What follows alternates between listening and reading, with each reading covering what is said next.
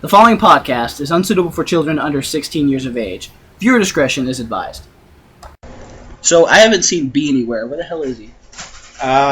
He was gonna record with us, but he scored last-minute Earth, Wind, and Fire tickets. Like, I didn't know those guys were still touring. I didn't know they were still around. But who the fuck are those guys? I've never heard of them. Dude, you haven't lived with a black man, like, ever, have you? Earth, Wind... You know what?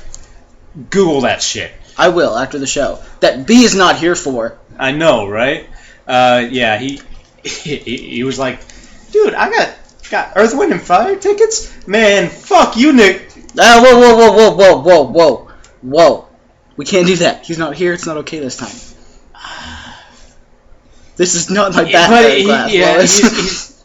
He's okay. Yeah, we might want to avoid it. Alright, well, anyways, Fishfood is here. Doc's here. The Triple B is not here. But this is Super Slam! We're not going to charge you $59.99 or even $9.99. This is absolutely free on YouTube or Bottom of our Productions. You know what would be awesome? If we could get Podcast 1 on this. That'd be nice. I might have to try that. But, I mean, we do sort of have a direct competitor. And he's kind of got us outclassed. Definitely. But, I mean, and if we ever start competing with him, he'll just probably drop a stunner or two on us. Oh, yeah, absolutely. But we'd love to be mentioned in the same breath as him. That would be awesome. Alright, so, in all seriousness, we are, what? 13, 12, something less than 2 weeks away from Night of Champions. 13 days away. No, 12. Well, it's actually 11 now because it's after midnight. Yeah. But we are under 2 weeks away from Night of Champions, and this card is kind of shaped up to be pretty exciting. Oh yeah, I'm looking forward to this. We actually had two matches. We'll get to say that for the end of the show. Mm-hmm. But they actually added 2 matches tonight on main event, and there's a lot we got to talk about today. So we're gonna try to get through it all today. We'll start with the passing of the great Sean O'Hare. Yeah, and he's one of the more underrated stars of the WCW days. To be honest, I'd never heard of him before tonight, so he's probably going to crucify me for this, but I don't know who he is. You know, he wasn't... He was a good wrestler. He wasn't like Warrior or Hogan. Yeah, he was never big time. He was always a mid-carder. But he went in.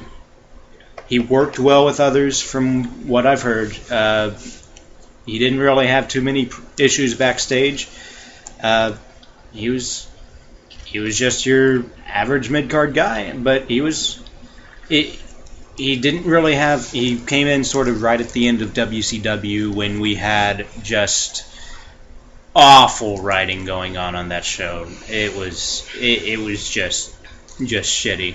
I honestly wouldn't be surprised though if they put him in the Hall of Fame though, because he passed. Typically it's either a year after or the year following. Yeah, but again, he did his career merit a Hall of Fame. I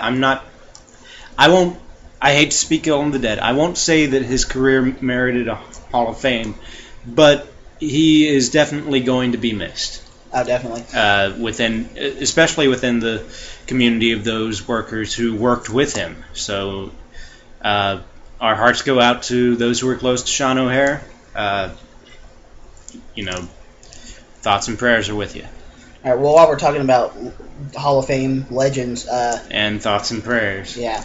Jake Roberts, his cancer returned. Apparently, he sent out a tweet something about they're gonna have to take more pieces out of his chest. Yeah. Which I don't exactly know what his cancer was the first time. I've heard it was lung cancer, but I wasn't sure.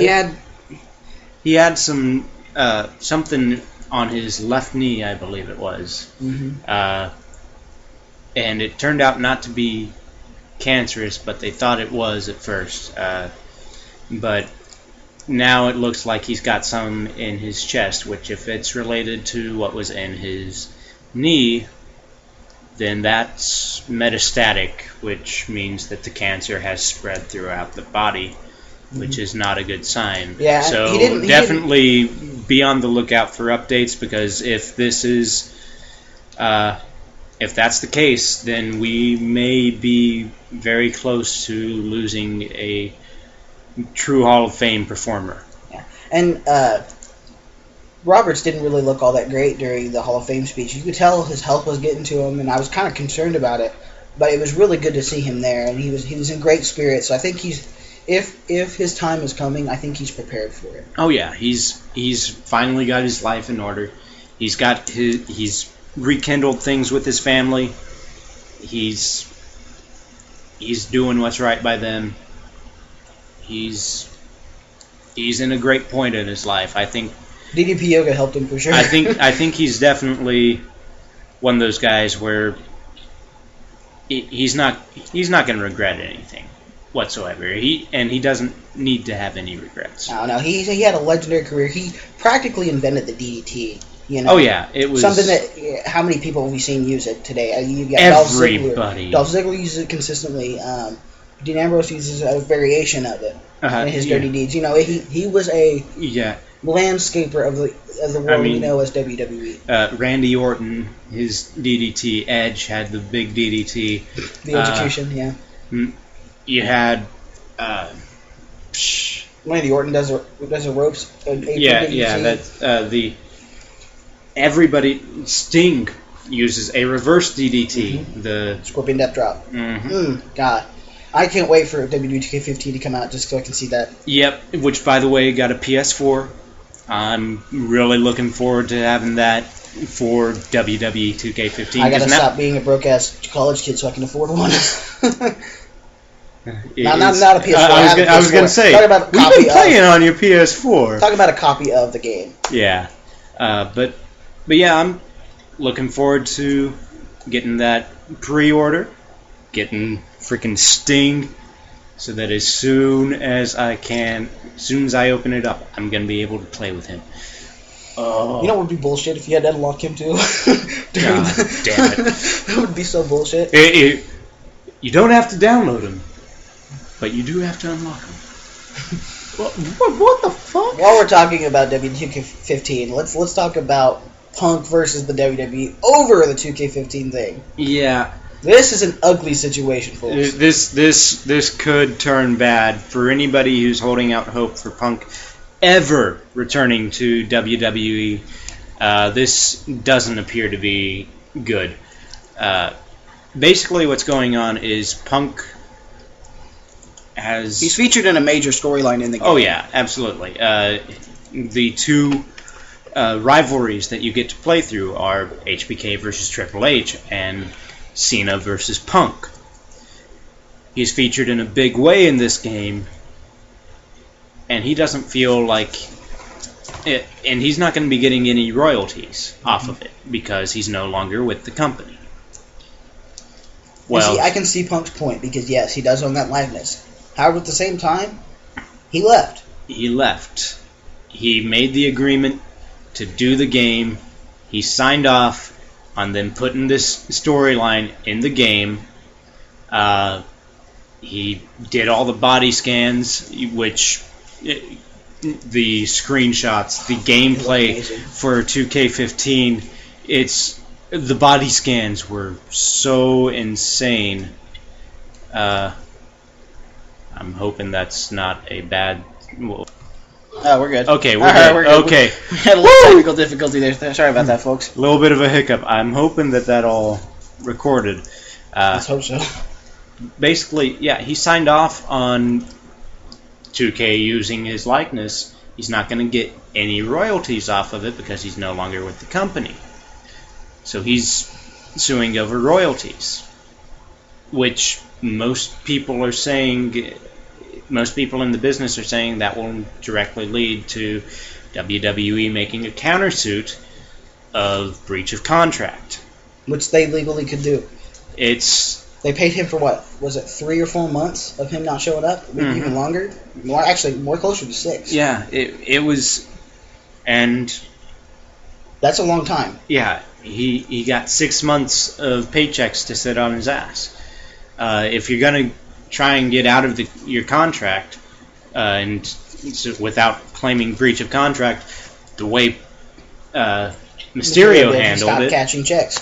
is the perfect way to do that. As far as we know, Punk never did that. Yeah, I don't want to go out and say he didn't do that when he really did, or vice versa. As far as we know, and the facts of that aren't, we don't know. Very few of the details of what went on between him and WWE are known. Mm-hmm. But this is something that you're definitely going to want to keep an eye on if you are a WWE fan and a CM Punk fan, which we both are. Yeah, as we are. This is something that's not going to... This is a bad situation that can only get worse. Yeah, it's not going to be pretty for any of us. I think regardless of how it turns out, I don't think Punk is going to want to come back any sooner. Oh, no. And not any sooner. It's going to be years from now. And if he never shows up, you can watch his last match on the WWE Network anyways. We got... For only $9.99 a month. We actually got the privilege. We actually got to watch that match together. But Punk, he's not making the greatest decision right here. But in a way, I cannot blame him. It is his likeness. He did create that character by himself. That character is most of his life. Yeah. It reflects his real being. So for somebody to make money off of that and not give him credit for that, I can see his point. But at the same time, WWE's got him, and you left and you didn't do what you were supposed to do for 6 months. Yeah, and got paid for it. You signed on to do this, which you're saying, you need money for. Well, you weren't doing what we were paying you money for. It's going to be very, very. It's going to be awkward in that courtroom. I think so. I'm just wondering what a jury of Punk's and Vince McMahon's peers would consist of. Well, you can't put Paul Heyman in because Paul Heyman, he works for Vince McMahon. Yeah. And he's a good friend of CM Punk, so you can't. He'd be the most unbiased person, I think. He would be, because he would call it down the middle. Mm-hmm. But if you really want to call it down the middle, you got to get Charles Robinson. And actually, in if it's a civil court, yeah, there's no jury. there won't be jury. But still, either way, it's fun to imagine. Right. It's fun to imagine. That'd be fun. If you want to call it down the middle, the judge has to be Charles Robinson. Yeah. That man is as impartial as you will ever get. He's not like Scott Armstrong? Yeah.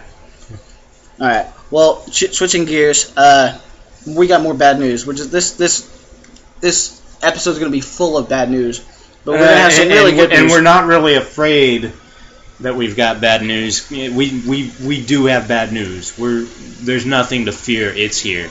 Another person we may never see in the WWE, either at least for in the immediate future, Batista. Yeah, which not may surprising. not surprising, especially off the huge reaction that we've got from that he has had since Guardians of the Galaxy came out. His acting in that movie was outstanding, and so people in Hollywood are taking notice. They're like, we may have another guy same caliber as The Rock right here with this one. And let's be honest, better physique than The Rock. Mm-hmm. God forbid they ever put those two in a movie together. Oh, that'd be like hard hitting. Expendables 4. I can imagine The Rock being the good guy, Batista being the bad guy. Yeah. I can imagine it, because Batista would fit that character so well. Oh, absolutely. He plays a heel so much better than he plays a face on wrestling. He would definitely be a bad guy.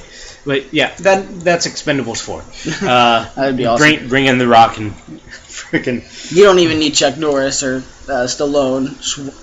No. You still need them. Okay. We just have to throw The Rock in.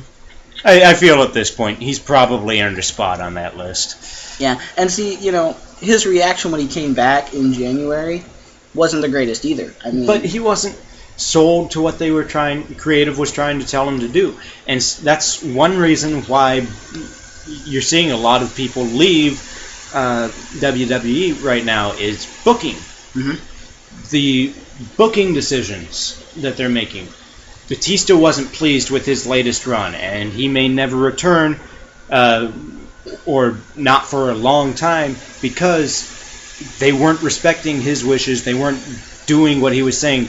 Okay, I'm not going to get over as a babyface. Make me a heel. And see, Bring me in as a heel. No, we're going to make you a face. all right, I'm going to come in as a face. Well, we're going to make you a weird face who doesn't give a shit what the fans think. That's you're making me a heel? No, we're going to have you just sort of stay in between for a while. So, and then they're going to call you Batista. Then you're going to dress in blue and then leave. Yeah. And the fans are going to cheer you on your way out. I did read a report that said if he does come back, he wants more creative control, and I think that would be a smart move. Oh, yeah. Give him more creative control because he knows what works for his character. He also wants to come back and work a program with Triple H. As a retirement match. Yes. That'd be a good WrestleMania 31 match. Oh, that would be great. WrestleMania 31 or 32. Mm-hmm. I wouldn't mind seeing that at 32. It's going to be in Dallas. I'm going to try to be there. Oh, yeah. I mean, that's... 18 months from now, but I don't care. Yeah, that's... Try to go. We can save up money. Oh, yeah. But that's something where he's not pleased with the booking decisions. Punk obviously wasn't pleased with booking in WWE Creative. A lot of speculation is going on as far as Mysterio. He doesn't like where his character's headed. Alberto Del Rio wasn't pleased with where his character was headed. He got...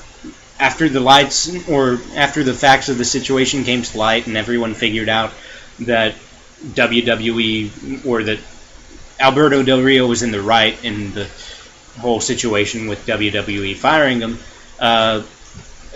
superstars came up and they were like, no, we're going to spearhead a movement to get Del Rio back in the WWE from inside, from a talent portion. It was headed by John Cena and Randy Orton.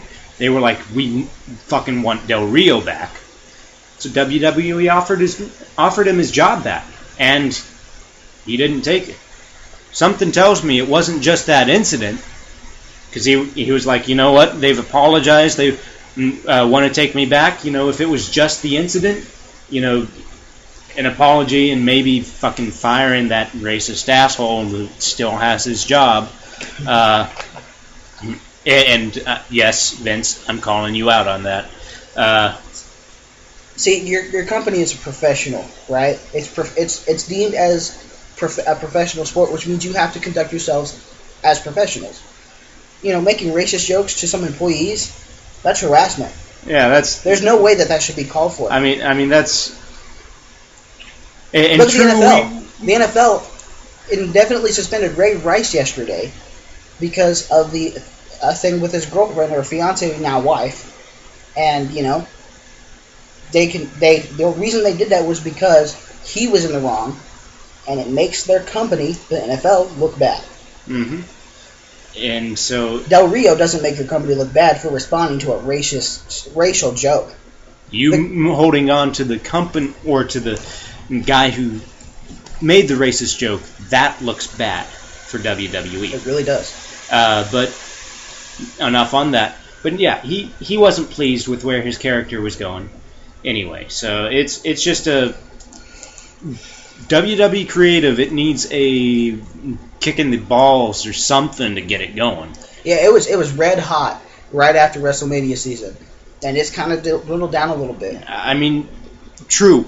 We're out one Daniel Bryan, which they are trying to see if they can get him back for Survivor Series. Yeah, now that we know that he doesn't need the Tommy John surgery, that's big news, by the way. Thank God.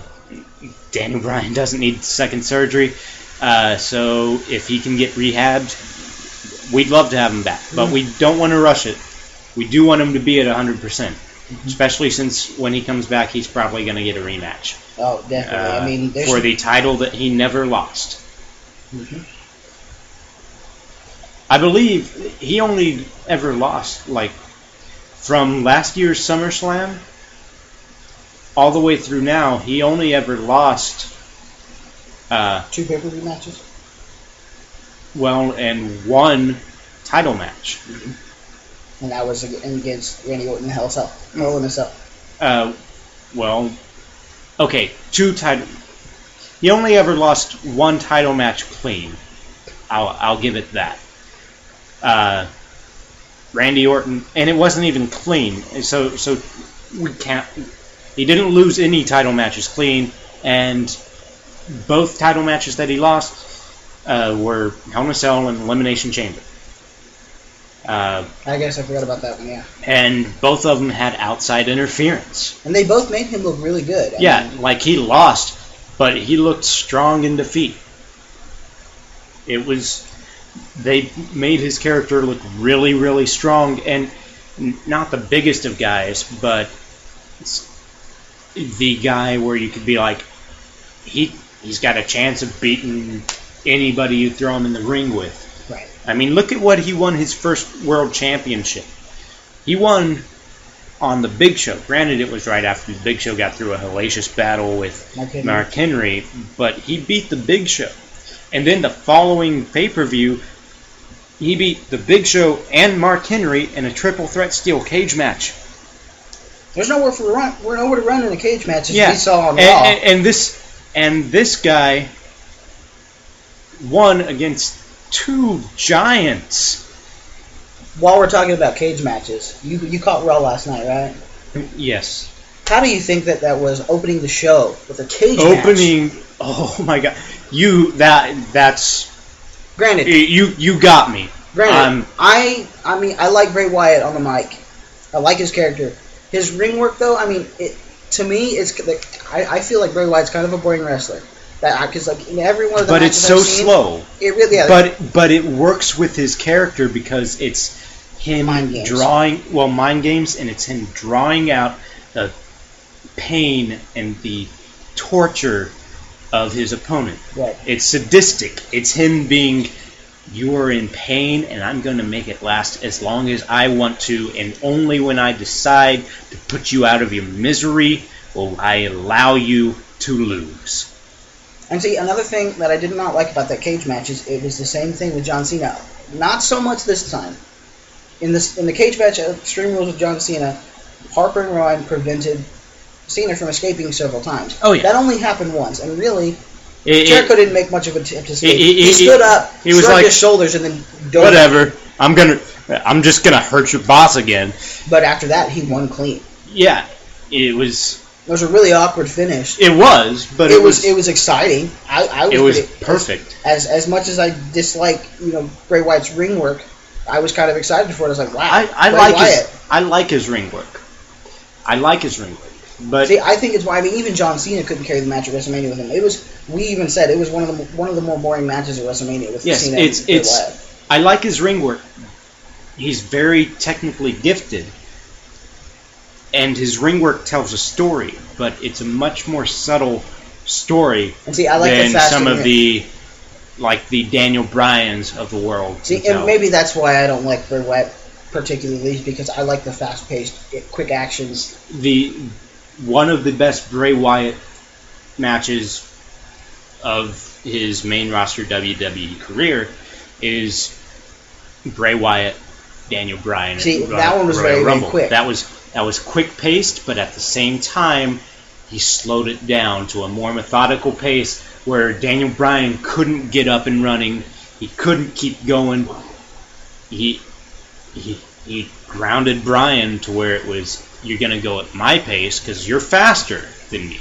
So you're going to stay on my pace, and I'm going to control the match. That's the way big guys are meant to wrestle. Yeah.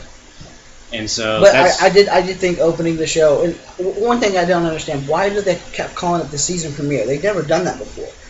They have a couple times, but they were. I think they're calling it the season premiere because they've just recently rebranded everything. Yeah. New logo. Mm-hmm. We've got all that going. Season premiere means fresh start, I guess. Yep. And see, I like that. It's good for ratings as well. I Mm-hmm. think. It's like, oh, new season of WWE Raw, even though it's been going on for 1,111 episodes as of Monday. Yeah, that's impressive. They're number 4. They're number 1 in 4 languages, basically. I saw something on Twitter relating to that. But Raw last night was actually pretty exciting. What I think one of the most exciting parts was when they pulled the 4 men from NXT. I thought that was a really good match. I mean, you've seen Tyson Kidd on Raw, but Adrian Neville, Sami Zayn and Tyler Breeze made their WWE main roster debut. You know, it's a temporary one because obviously they're going to keep a few of them down because somebody's got to win that title. It's looking like it's going to be a lock for Aaron Neville to win it. Yeah. Well, and see, he got the win on Raw, and they actually have a match on Thursday night live on the network, which I'll be missing because I'm watching the Steelers game, but that's a different story. But I actually saw an article on Bleacher Report that says Neville shows he will have no trouble catching on with the fans. Oh, absolutely. And he's... his moveset. Oh, yeah. Oh, really my quick. Lord. And not only is it quick, but that man, he can do just about anything in that thing. Well, and him and Sami Zayn made a good team. And oh, yeah. Sami Zayn, he's one of those ones that when I first started watching NXT, Sami Zayn was the guy that I was like, well, this guy's got some moves. This guy's very talented. Yeah. That little power bomb thing he does, that's like, wow, whoa, that's cool. He's very gifted. He's wrestled in what? Over 14 countries, I think? Yeah. He's probably wrestled on as many continents as Mick Foley's bled on. Which is quite a bit. Almost all of them. I think Antarctica is the only one that he hasn't.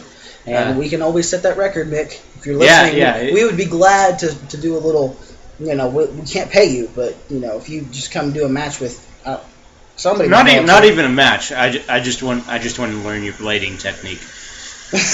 They don't do that anymore. Bullshit. That's what they say.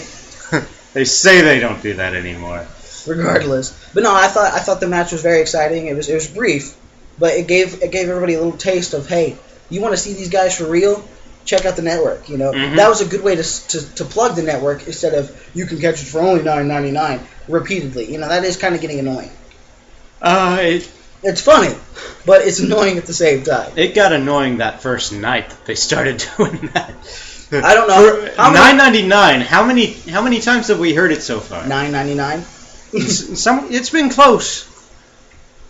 We need to get a counter and just watch on the network and just every time click, click, click. Yeah, we're at 55 already. How many episodes are you in? 1. Damn.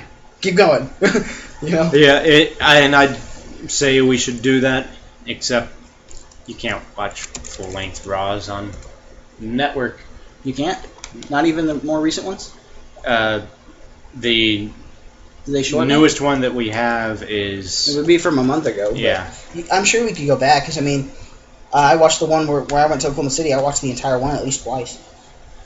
Maybe they'll be a little bit better. I know for several months... For the older ones, they're not. For several months after WrestleMania, you didn't have anything since Batista returning. Yeah, they were still getting off the ground, though. And I was like, okay, Raw replay, because I want to watch this. And what? Nothing? Still? Okay. Well, while we're talking about NXT, we mentioned a couple months ago that they signed Kenta from New Japan. Well, he will be appearing at NXT's TakeOver 2. Mm-hmm. Won't be in a match, but, Kenta's, he's officially been signed for a couple months now. Yeah. I guess they brought him through development, Yeah, they had him down at the Performance Center, and worked on a couple of his techniques or whatever, got his character ready to go. Yeah. And I'm feeling like he's probably going to be... He's probably going to be a heel when he debuts. That'd be kind of cool. I think he should start out like it's a fan favorite for a little bit because anybody who watches New Japan knows that Kenta's got, he's very talented. They have to limit his moveset because, we were talking about earlier before we went on the air. He can't use the Kimura lock. He used all the time in New Japan. He used the Kimura lock. Well, that's part of Brock Lesnar's moveset. He's a top-tier guy. He's the WWE. He is the reigning, defending WWE World Heavyweight Champion. We're going to protect his moveset. Mm-hmm. All right, so we can't use the Kimura lock. Let's use the Buzaiku knee. Oh, wait. Daniel Bryan uses that. Let's use the Tiger suplex. Oh, wait. That's got somebody landing on the back of their head and their neck. That may fly in Japan, but not over here, little buddy. Shenanigans. That was Rubicon. We've got the. He uses the omoplata crossface. Oh wait, that's the yes lock. Mm-hmm. Oh, I know. He invented the go to sleep. Fuck, we can't use that one either. Damn. Basically, they're going to have to reinvent Kenta. Yeah. Now, I'm not saying that they won't let him use any of those moves. I'm saying that it's not likely that he's going to be able to use those moves on WWE programming regularly. It's not going to be something where we're going to see the go to sleep as his regular finish. Mm-hmm. We're not going to see... The one move on there that they might let him use is the Tiger Suplex. But with the way that the wrestler lands, and especially when you think Kenta's 5'8", mm-hmm. the guys that he would be using that on are much bigger than he is. So probably not when he's using idea. that, there's a high chance of injury. So it's going to be the Tiger Suplex. By the way, that was the move in WrestleMania that Triple H used on Daniel Bryan.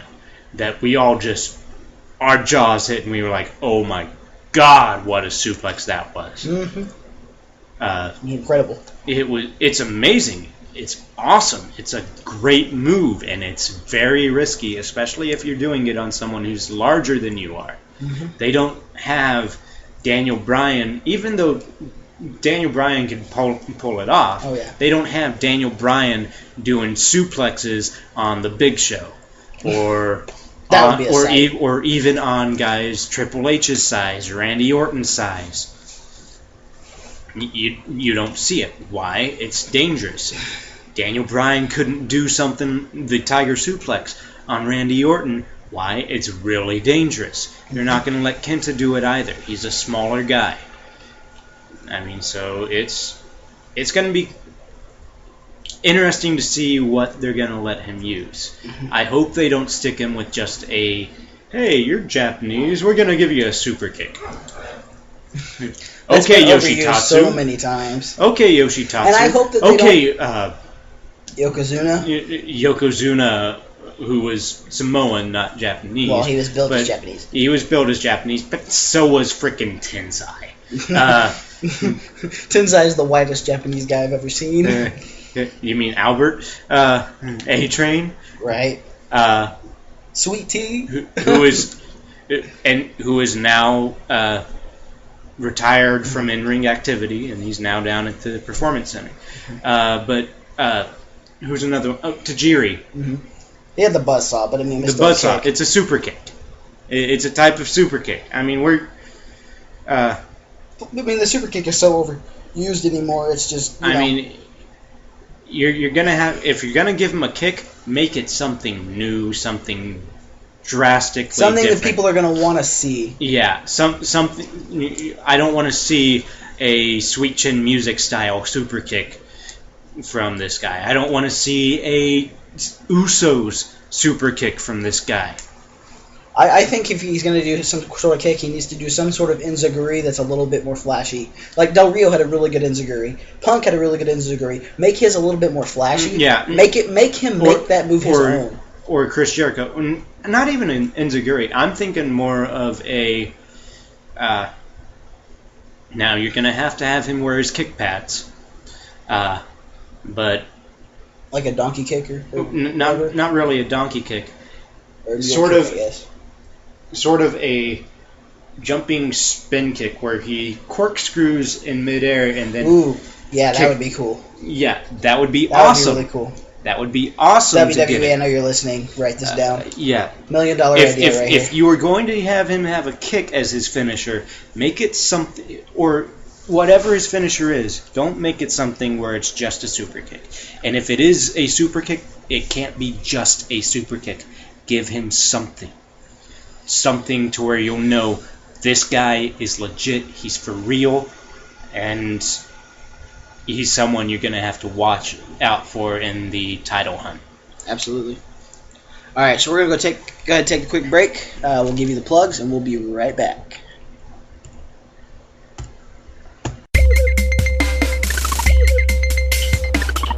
This is Fish Food. And this is Doc. And it's time for the plugs. First things first, we have a website, bottomofthemat.com, spelled with 2 T's. We've also got an email account, bottomofthemat, spelled with 2 T's at yahoo.com. We've got another email account, bottomofthemat, spelled with 1 T at Gmail, because I can spell. And we've got a Google Voice account, which is 580-609-0399. You can text us, send us phone calls, anything you want to. If you're into that, I don't know why you would be. We also got a Twitch channel if you want to see me live stream games. I do a lot of speed runs. Go to twitch.tv/bottomofthemat. Also, we've got a YouTube channel. Look us up at Bottom of the Mat. I think that's all we've got. Yeah. All right. Back to the show. See you guys in a minute.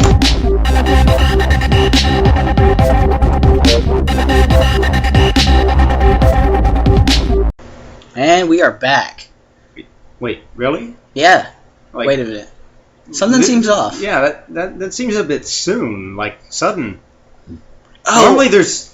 Normally we don't get back on. You Normally have to remind me. Yeah. Normally Yeah. B is telling stories, and he's off watching whoever the hell the. Earth, Wind, and Fire, man. Seriously, Wikipedia this shit. Sorry, I'm not black. All right, I don't know this shit. Neither am I. You live with a black dude. And I grew up watching Fresh Prince of Bel-Air. All right, well that works. So, but no, we don't have any triple B stories about Barty and fucking elephant shoes or whatever distracting us today. So we can go ahead and keep going. Wow, I mean that. Are we really that boring? I guess. I don't know. I felt like the energy was lacking. It's just maybe he had to go ditches for Earth, Wind, and Water or whatever. Dude, we can't talk about this until you. All right, let's just keep going. All right, so Paul Heyman. What about Paul Heyman last night? Oh my God! Well, before we talk about that, you said you picked up Paul Heyman, or Ladies and Gentlemen, My Name is Paul Heyman. The documentary. Oh yes, I got that. Tell us about it a little bit. Oh my God, that man is. Oh, he can talk about himself all day. Yeah, I guess I don't really think he needs you to do it, but we're gonna ask you to, just for the sake of the show. He's awesome. He talks about like when he started out, he took his he always loved watching wrestling as a kid, and didn't we? He mentions the fact that a lot of his chutzpah and his attitude he got from his mother, who was a Holocaust survivor. Really? Yeah, survived Auschwitz. I honestly didn't know that. Okay, respect level for Paul Heyman was already pretty high. It just magnified because I know that. That's amazing. Like his mom was a Holocaust survivor. Does that mean that Paul Heyman is Jewish? Yes. Wow. You didn't know that? I didn't know that either. He made mention of that before SummerSlam. He was talking in his thugonomic style rap. Guess you're right. Yeah, I guess I didn't. And his advocating Jew.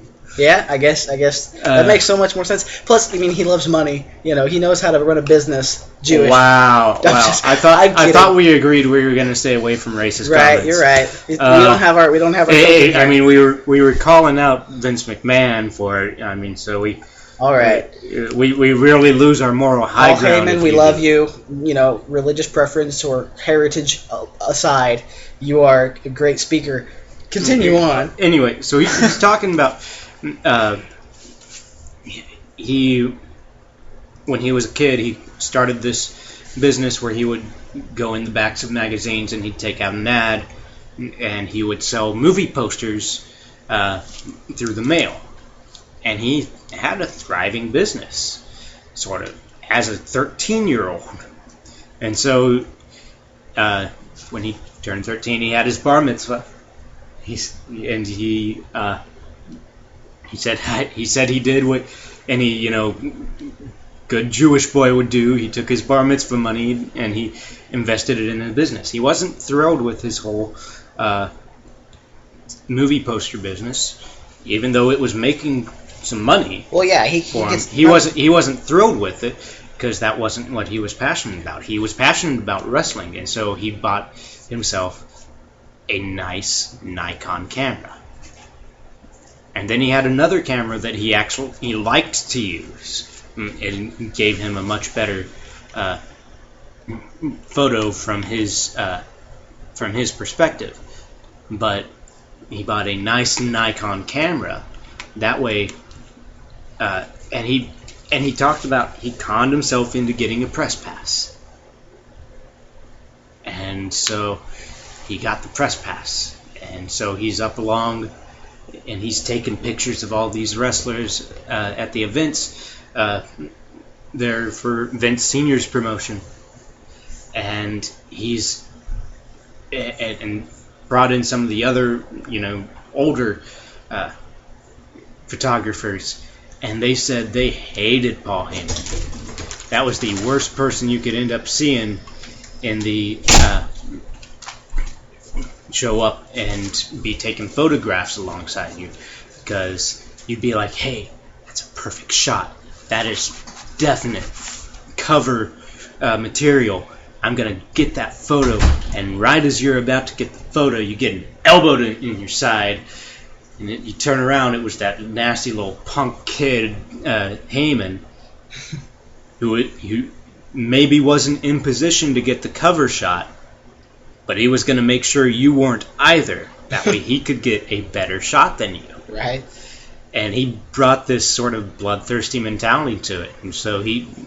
And it talks about him working his way up, him sneaking his way into a production meeting run by the American Dream, Dusty Rhodes.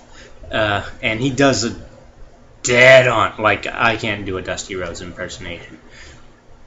Heyman does Dusty Rhodes impersonation, and if you close your eyes, you can't tell the fucking difference.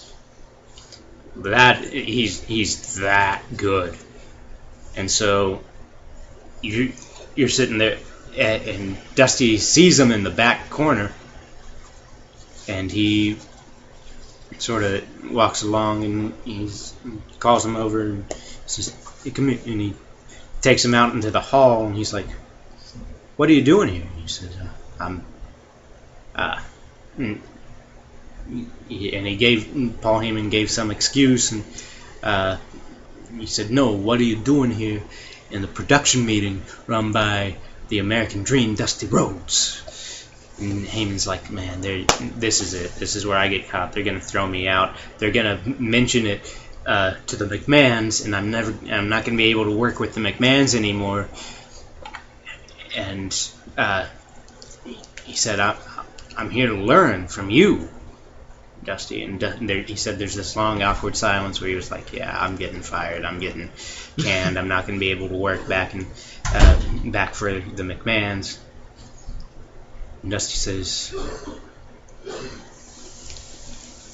well, you couldn't have picked a better person to learn from. So come on, get back in there.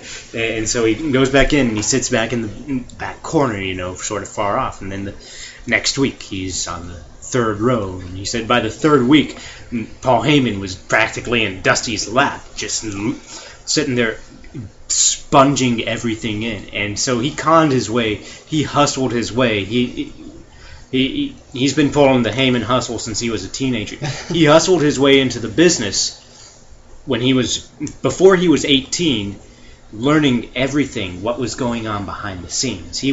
And that was what fascinated him. He's performance-wise, he loved the performance, but at the same time, what he loved more was, why is that match on before this match? Why are they doing this with these two characters as opposed to doing this? Why do they order the matches like this? Why do you never see two tag team matches back to back?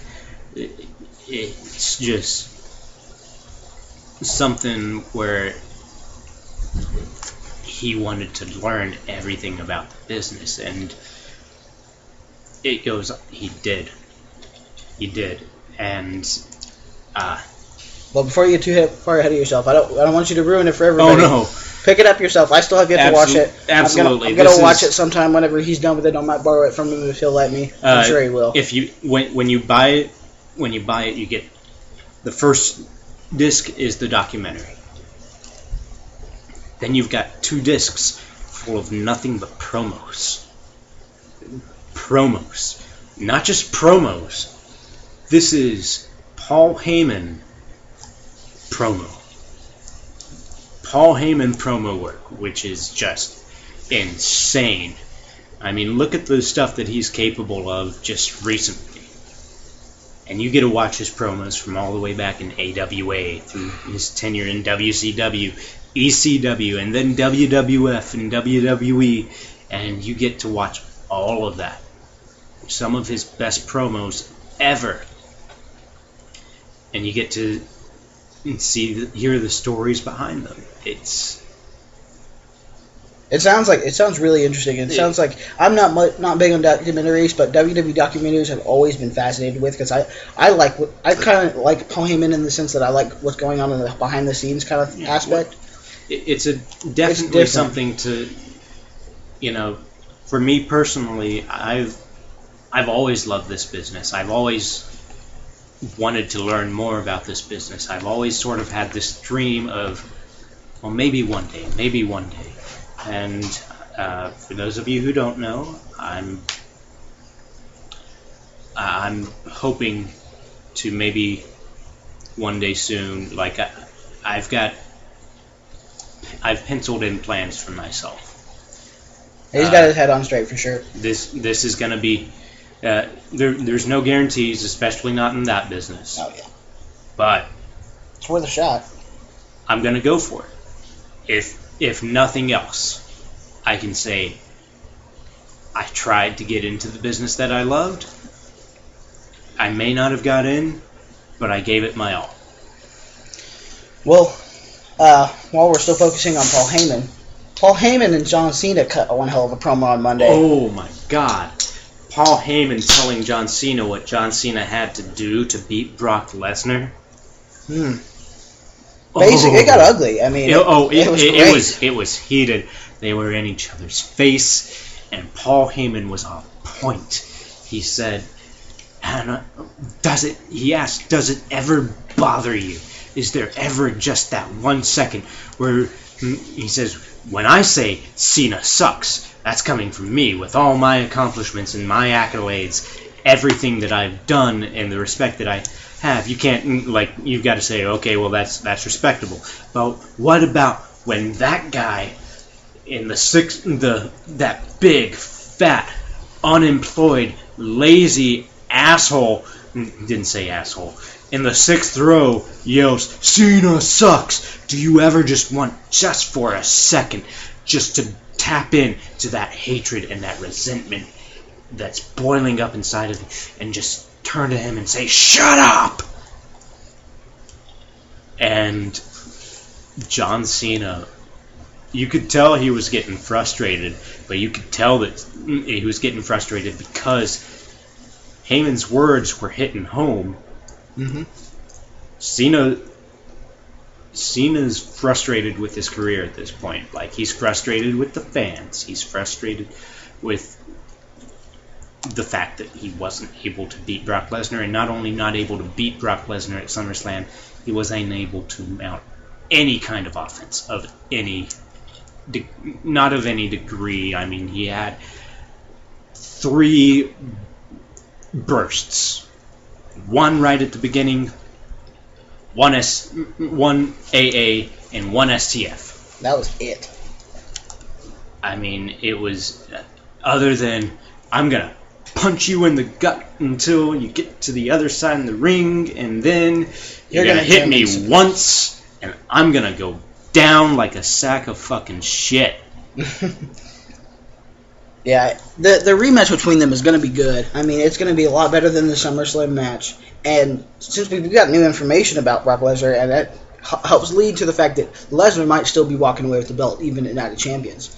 Because Lesnar's contract, they added a new deal to it. Yeah, he's reworked his contract now.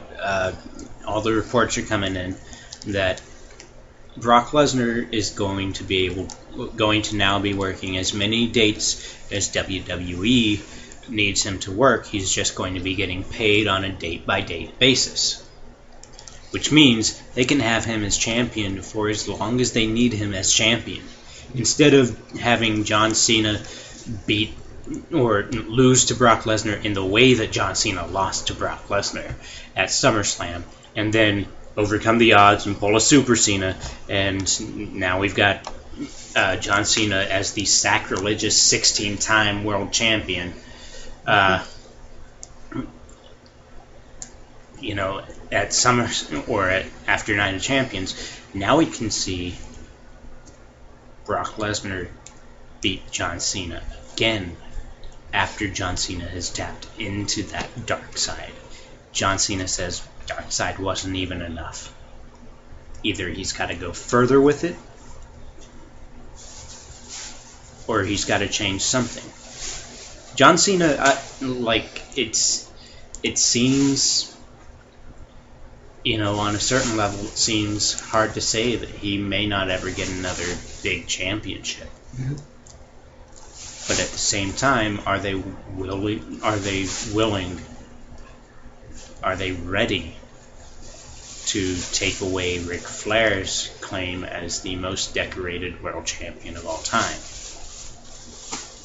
And Cena's only got so many years left, too. Oh, yeah. I mean, he's, 35? 36? He's up there in years. Well, I mean, not really super up there in years. Yeah, but for having done it as long as he has for 300 nights a year, mm-hmm. that's takes just a toll insane. On the body. I mean, and you can see it. He's been injured a lot recently. He's not the man he was in 2004. He's not the man he was in 2009. When he gets injured, he's out for longer. And he still makes miraculous recovery times. What was it, fucking 9 weeks off of freaking quadriceps there? Or not biceps. Triceps. No, triceps. Quadriceps is in the leg, Triple H. Don't just say Triple H. He's the one that's most noted for it. With him and Nash. Him, Nash, and Batista. With something about the guys in the clique, they all get fucking quadriceps tears. But no, or at least the bigger guys do. Kevin Nash cuts promo, tears quad. Yep.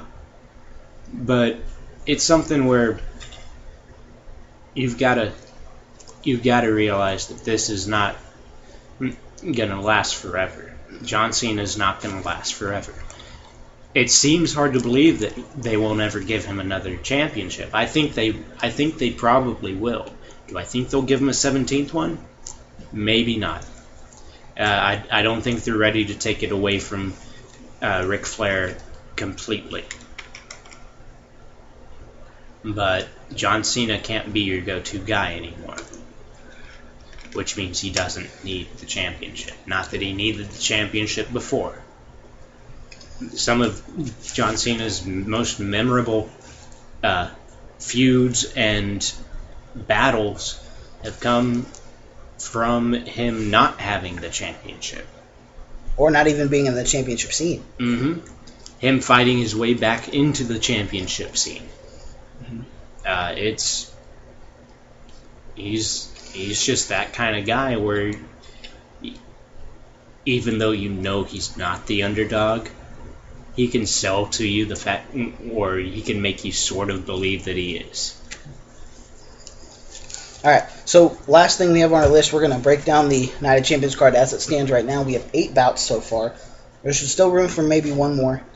We're going to start with just how I have it listed. I have it basically listed newest to oldest. So we're going to start with Mark Henry and Rusev. Oh my lord. Rusev has been unstoppable thus far. Mark Henry has been basically the toughest challenge he's going to be facing to date. Yeah. I still don't feel like Jack Swagger's done with Mark or with Rusev, but it's after him losing twice in a row, I think it's probably a good idea to have Rusev take a break from Jack Swagger and Jack Swagger take a break from Rusev. Yeah, I think so. And Mark Henry, he's been built really strong lately. I mean, the weakest he looked in the last year was when he was, cannon fodder, basically, for Brock Lesnar. Yeah, and who hasn't been cannon fodder for Brock Lesnar at one point in their career or another? I mean, like I talked about heading into SummerSlam.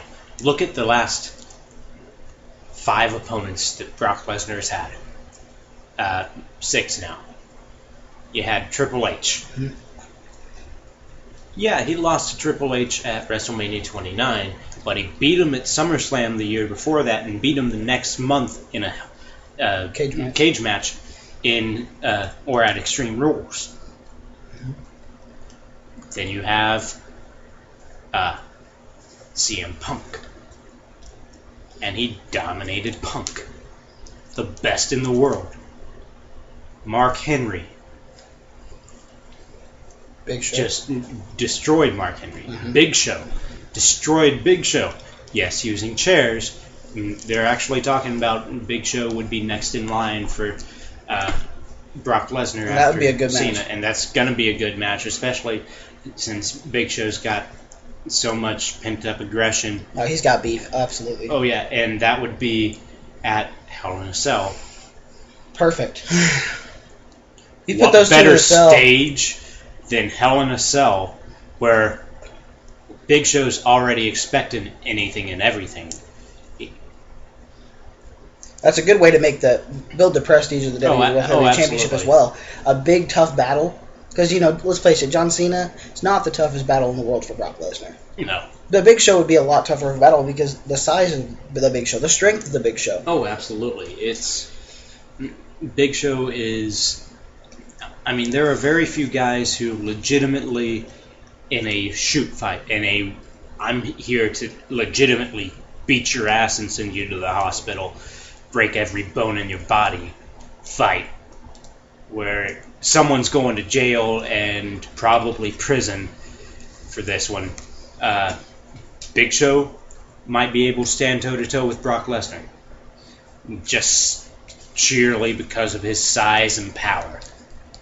Mark Henry would be another one that might be able to go toe-to-toe with Lesnar, sheerly because of his power and his size. If that's going to happen, though, I think Henry should go over Rusev, but I don't feel like Rusev needs to have his first loss just yet. No. I think Rusev would actually be a good first loss for Rusev would be Roman Reigns, because he's an unstoppable force. Maybe make it, later on down the line where, okay, Rusev and Reigns, maybe continue this authority angle. Well, none of my guys can do it. This guy hasn't been beat yet. We'll make sure he doesn't come back. Or have them be the last 2 members of in Royal Rumble. No, in the Survivor Series match. That'd be cool too. That would be awesome. Roman Reigns and Rusev are the last 2 on different teams at Survivor Series. Someone's got to lose. That would be my way of, on a big stage, you hand Rusev. You don't want to hand Rusev his first loss on a Raw. Or definitely not main event or superstars. I mean, that would be just atrocious. All right, so the next match we have is the Divas Championship. Paige versus AJ and Nikki Bella. Triple threat. There's a few things I don't like about this. Brie and Nikki aren't done. Yeah, they can't be done. You saw Monday Night Raw. I mean, they went crazy, Jerry Springer style. Yeah, and what the hell was awesome, by the way. What the hell was Jerry's bodyguard thinking? Just, oh yeah, I'm just gonna let these 2 go at it. Worst bodyguard ever. I know. We did get a thumbs up from Jerry Springer though as he was leaving. It's like your job is to break up fights on the show. What are you doing? What are you doing here? No, that was an interesting angle.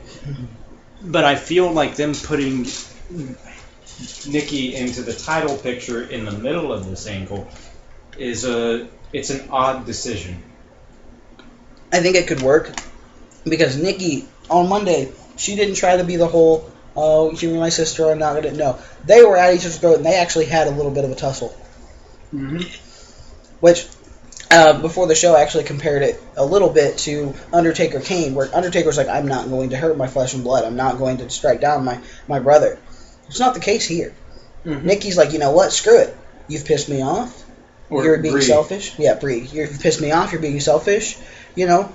So maybe she'll end up costing Nikki the title shot, which would further the feud. Yeah, but the title match, or having the Divas title match sort of play second fiddle to the Bellas feud is a bad booking decision too. Mm-hmm. And so it's just an odd choice for them to make from my perspective. It'll be interesting to see what they do next week on Raw and Night of Champions for sure. All right, Tag Team Championship. Usos versus Star and Goldust. It's Gold and Stardust. But the order doesn't like- matter. They're a team. it's always the same on Raw. Gold and Stardust. Get it right. I think don't know why Stardust I and tuned into- Goldust sounds better, but I don't know why I tuned into Bill Clinton. But I did not have sexual relations with that woman. define woman. Define sexual relations. Define. Now, your definition of woman, does that look like Monica Lewinsky? Anyways, Anyway, we're getting distracted. the Usos versus Goldust and Stardust. Oh my lord. This is going to be... I'm loving this Gold and Stardust thing, this bit that we're seeing from them. This whole really aggressive... I'm loving the really aggressive side that we've seen so far of John Cena, and we're seeing sort of the same thing from Gold and Stardust, except they've full-on gone heel. They're like, fuck it. Well, the Usos, they've been showing some aggressiveness too, so it's going to be a hard-hitting battle. Even with, I think it's Jay with the knee injury. It might be Jimmy. I'm not really sure. Who can tell? I know, right? One of them's battling a knee injury, kayfabe. And so that's going to play a factor. And I think it's going to be a really, really really spectacular match. Yeah, it's going to be something that you're going to want to pay attention to. Oh, definitely. And the tag team titles are on the line. This has helped build the division a little bit more than it was, say, a couple months ago.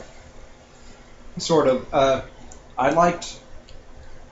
not going to lie, I liked the thought of let's have the Wyatt family, let's have them be champions. I liked that idea. I just don't think it fits their character, though. Not really, but at the same time, would you rather watch the Usos versus the Gold and Stardust? Would you rather watch the Dustbusters go up against Harper and Rowan? I think that'll Two be... really odd, two really strange teams who, one way or the other, they are very successful. Whether it's through their technical prowess, like Gold and Stardust, or their technical prowess taking a back seat to size and strength, and Luke Harper doing just fucking whatever the hell he wants to in that ring because he can.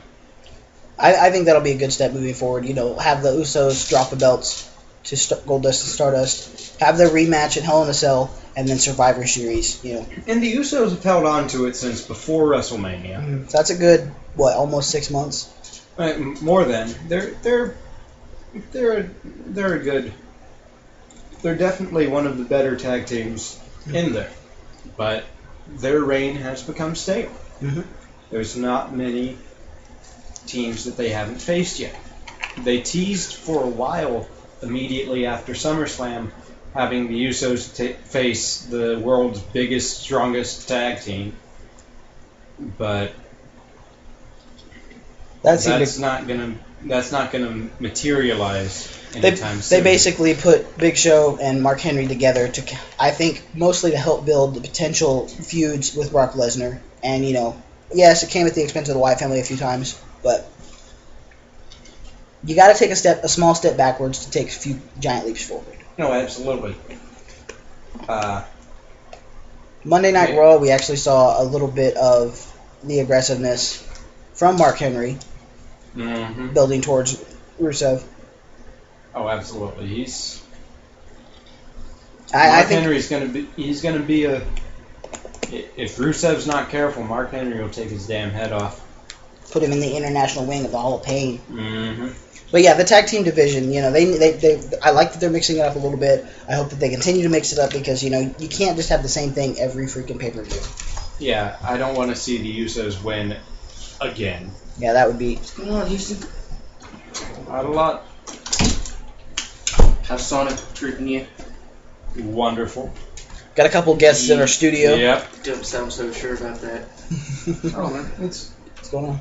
good, just recording right now. Alright, so the next match was added, I guess tonight, later. Okay, it's after midnight, so yesterday. Chris Jericho and Randy Orton. Oh. Something we haven't seen in a while.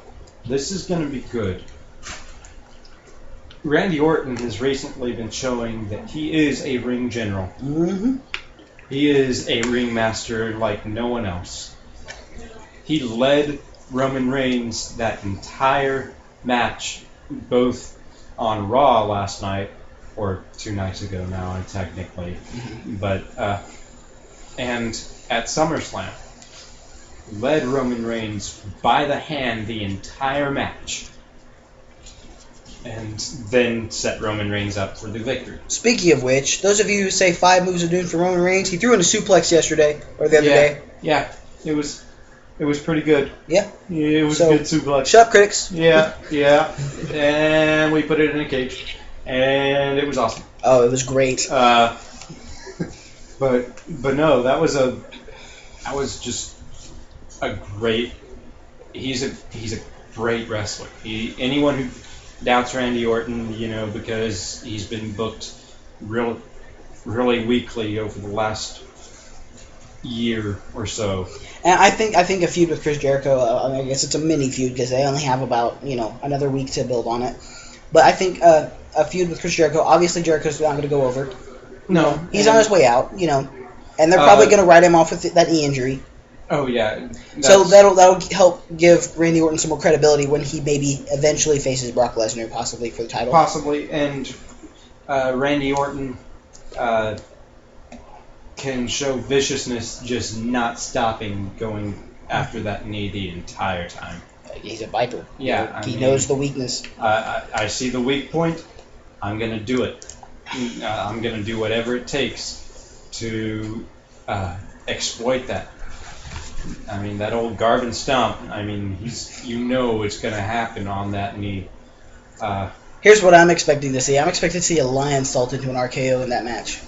That would be awesome. It's going to be a little weird of a spot because, he does kind of invert himself a little bit. But that would be like if, Randy just happens to, duck at the right time and then catch him on the way down. It'd be a really, really tough spot to do, but it would be so cool. That would be the spot of the night. It would be so cool. Randy Orton. There's no spot on the roster right now, or on the card right now, that could possibly beat that. Yeah, I think that would easily be match of the night. Oh, yeah. A close second would be the next match, Reigns and Seth Rollins. Which Roman Reigns, he's still needing to build himself as an individual wrestler, which makes it interesting that they took him from, let's put him in the ring at SummerSlam with the ring general, Randy Orton. Now we're going to hand him off to the guy who's just as new in WWE's eyes to main event singles wrestling in Seth Rollins. I agree. There's a small step back, but Triple H hasn't really been that involved in the feud. He has been, but not really. I think maybe if they end up planning on going that route, maybe saving him for Survivor Series, even, or Hell in a Cell, or one of those other big pay-per-views. Because that would be that, maybe TLC, maybe Rumble. Have a Rumble match. Yeah, that'd be another good one. Like if Reigns wins, he gets a spot in the Rumble, kind of thing. Because I think that needs to happen eventually. Have that be the last match before the Rumble. Reigns wins, and H is like, "You got the spot. Start the match. Number one. You're number one. That would be awesome. But no, I think Reigns and Rollins will put up a hell of a match because, there's been so much bitterness between the two of them, especially with the feud with Ambrose. They held off on Reigns attacking him for a while, which was good to let Dean and Seth do their thing. Oh, yeah. Build their feud. Like only they can. Yeah. And then now you put Roman Reigns in Dean's spot while he's out of action. And I think it'll work out pretty good. I think on one hand, I think Roman Reigns should win, but on the same time, I think Rollins should win. It's one of those. It's going to be really tough to call.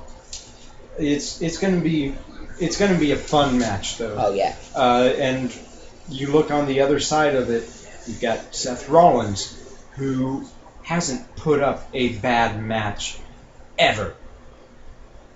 Like, not once. Even in his losses, even go back as a team.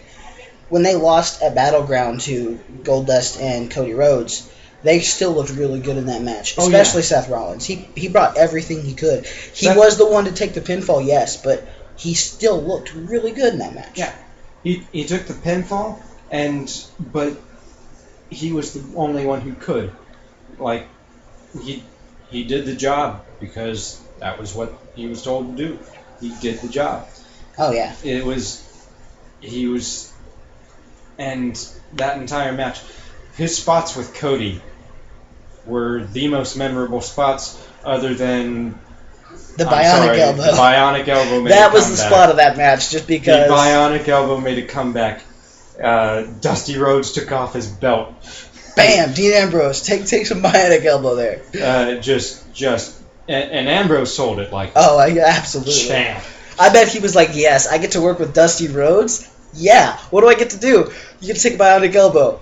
Awesome, let's do it. I'm crazy enough. And they were like, hey, you remember when we had you take that bionic elbow? Yeah. Well, you're going to be in the ring with Jake the Snake. All right, am I going to get DDT'd? No. We're going to put a snake on you. You're going to what? He smiled the whole time, though. It sucks. He dropped that snake on him, and he no-sold the fear. He no-sold the fear. He was supposed to be out cold, but you could tell he wasn't, because as soon as the snake hit him, like anyone who's ever touched snakes know that when they're freshly shed and they've got that new skin on, that's some of the smoothest feel you'll ever get, and they can kind of tickle. Yeah. And so it dropped on him and started moving. It's a cool feeling. It's hard not to smile when you've got a snake on you like that. So it's just one of those things where Dean Ambrose it would be hard to not smile in that situation. Oh, absolutely. All right, next match on the card, Dolph Ziggler defends his Intercontinental Championship against The Miz. I don't see The Miz walking away from this with the IC Championship. Stranger things have happened. I hope it doesn't happen, but the way the WWE has been with Ziggler. Expect Damien Sandow to make his presence known in the match in some capacity. Which Damien Sandow has been doing really well. He's been doing really well the entire time they've been doing his whole identity crisis, but with the stunt double. Damien Mizdow. He's taken it to an entirely different level. He's got the Miz down pat. I can almost see Damien Sandow and Miz going toe to toe over who does it better. That would be great. The winner gets Miz's. We'll give him some award, from Hollywood, and the winner gets that. So that'd be funny. U.S. title: Sheamus and Cesaro. Oh, I feel like it's finally Cesaro's time. Yeah, put the U.S. title belt back on Cesaro. That boy has earned it. getting into Sheamus's head. He's the post-match attack that he had against Sheamus was just awesome. Brutal. It's hard to compete with someone like that. And see, this feud didn't really have all the spark that their feuds in the past have had, but it's still intriguing because there's a title on the line. Well, there's a title on the line, and that's going to be enough to get us by on, but at the same time, their in-ring work is spectacular. Oh, yeah. Their chemistry in the ring is just phenomenal, and so when you watch their work in the ring at Night of Champions, you're not going to care about what story's behind it. There's a title on the line, and these two are beating the hell out of each other. That's all you need to know. Absolutely. There's no personal animosity per se, other than this guy's playing mind games because he's wanting to get an edge for the title match. That's, well, okay, yeah, that's just standard title match proceedings. Absolutely. I mean, you want just a little bit of a mental edge on your opponent. So this brings us to the big one. The reigning, defending WWE Heavyweight Champion of the world, Brock Lesnar, takes on Mr. Hustle, Loyalty, Respect, I work at McDonald's, John Cena. yeah. John Cena! And by the way, I'm sorry, Cena. You may have been espousing hustle, loyalty, and respect this long, but no one does hustle like the Heyman hustle. I definitely see Brock leaving as champion. There's no doubt in my mind. Especially now that we know that he He's can up to work his as dates. many dates as WWE wants him to. Yeah, because, I mean, he put the pieces together. That doesn't make sense. Why up his dates if he's going to lose the belt? Yeah, why would you have him beat Undertaker if he's going to lose the belt? Why would you have him destroy John Cena, one of the most dominant champions of the past decade, the face of the WWE, got shattered at SummerSlam, and to have John Cena come back a month later and win, even by the slimmest of margins, we're trying to bring in the reality era, and that's not real. And see, let's break this down. You take the title from Lesnar. What does he have to do? Why would you want him on TV? He's already beaten everyone that he needs to beat. He's beaten The Undertaker. That basically just says it all. You know, if he doesn't have a title to defend, there's really no point. The two biggest pay-per-views in the WWE, year are SummerSlam and WrestleMania. At WrestleMania, he ended the Undertaker streak. That's the big one. At SummerSlam, he moved on to the somewhat less prestigious title or accomplishment.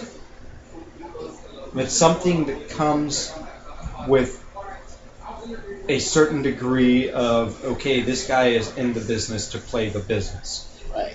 to be in the business. He won the championship from Brock Lesnar. Brock Lesnar won the championship from John Cena. The man who's been the face of the company for the past decade. Oh, yeah. I mean, 13, 14 years he's been in the business. Mm-hmm. 12 years he's been main roster. Mm-hmm.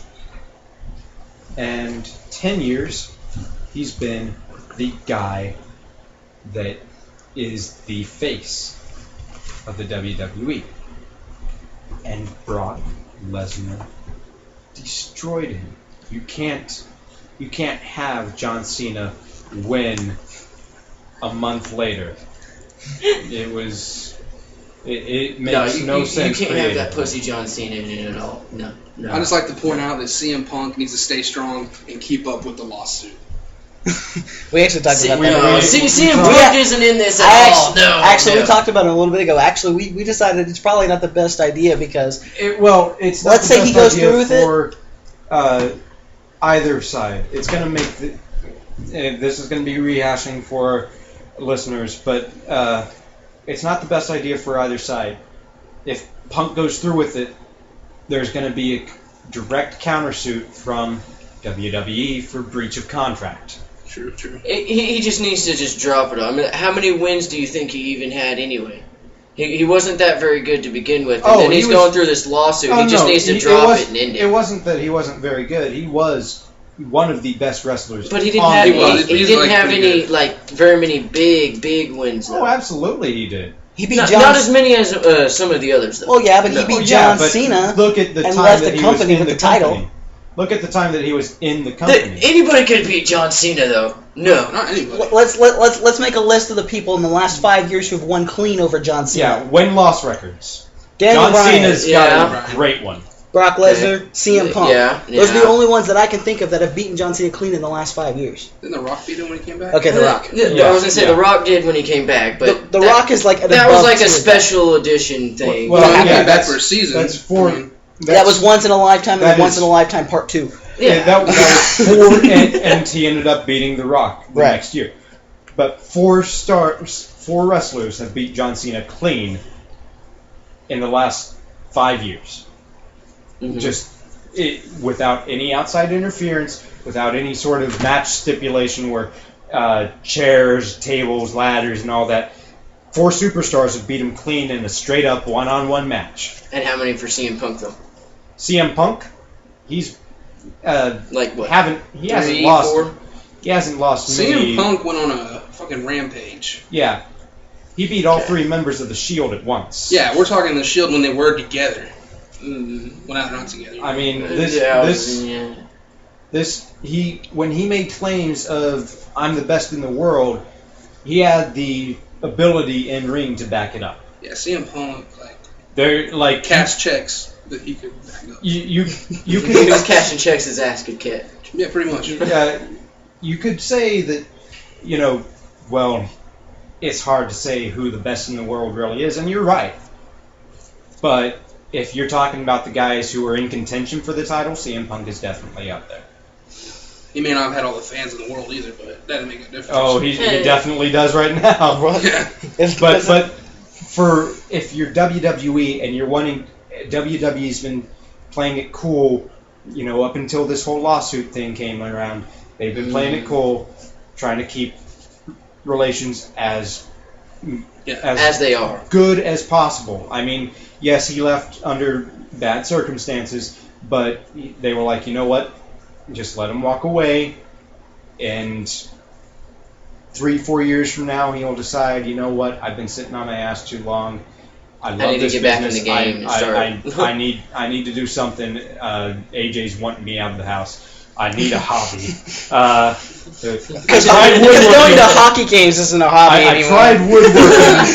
I tried woodworking. I cut my fingers so many goddamn times. I am not the best in the world at woodworking. I tried to be a father. I'm done with wood, So he's... eventually they're hoping that he would come back. Yeah. Well, with this lawsuit and the counter lawsuit, it would make the relations so,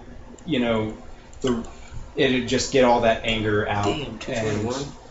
It's not a good idea for a counter lawsuit, but at the same time, it was that late. if he is going to sitting here like, oh yeah, it's still like 11:30, maybe at midnight, and I'm like 2:30, like.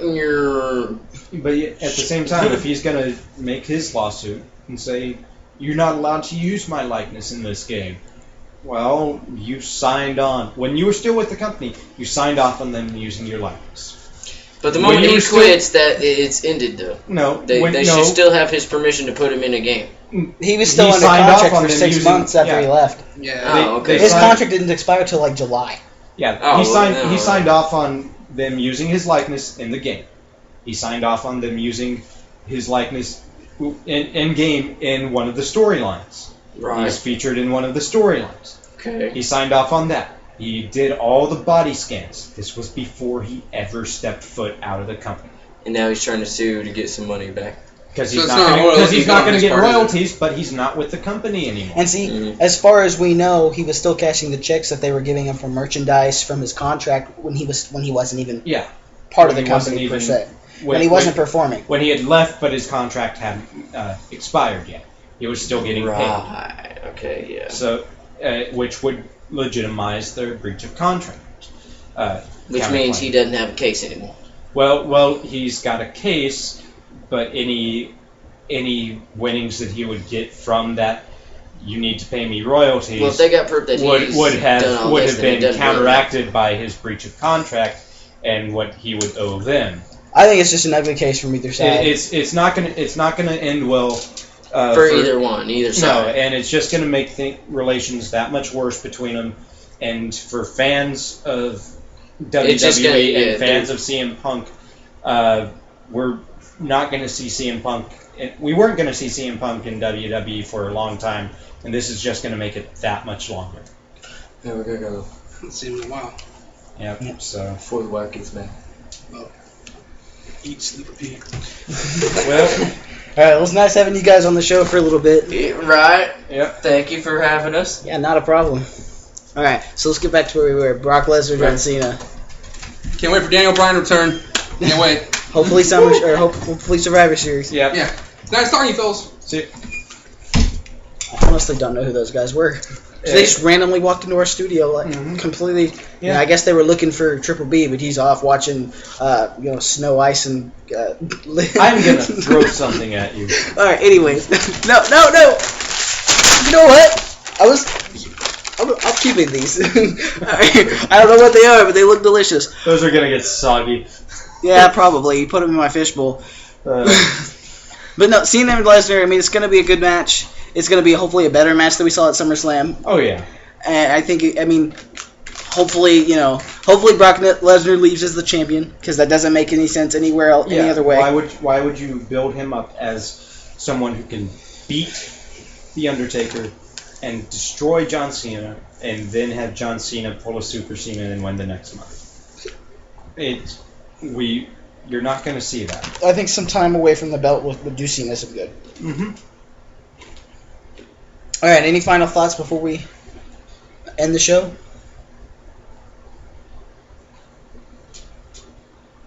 No. He thought about it. I just want to, again, send my thoughts and prayers out to Jake the Snake. And the O'Hare family. Mm-hmm. We're with you guys in spirit. Absolutely.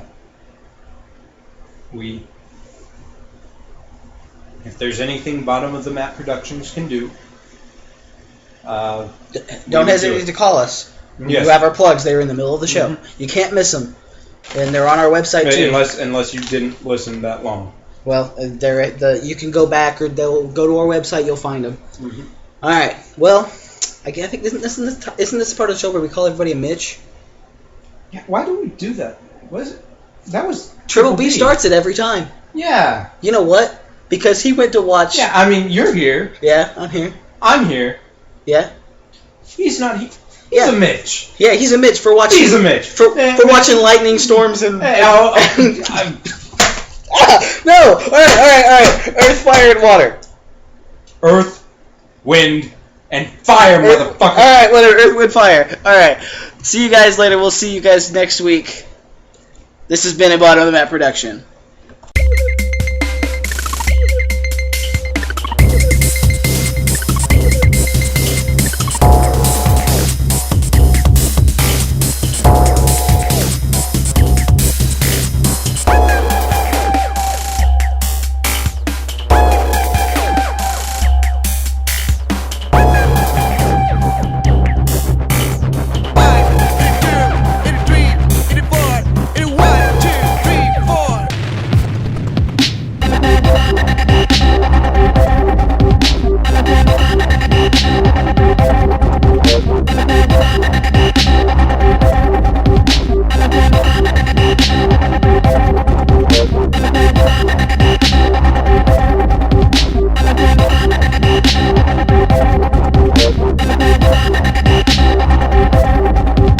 This podcast has been brought to you by Bottom of the Map Productions.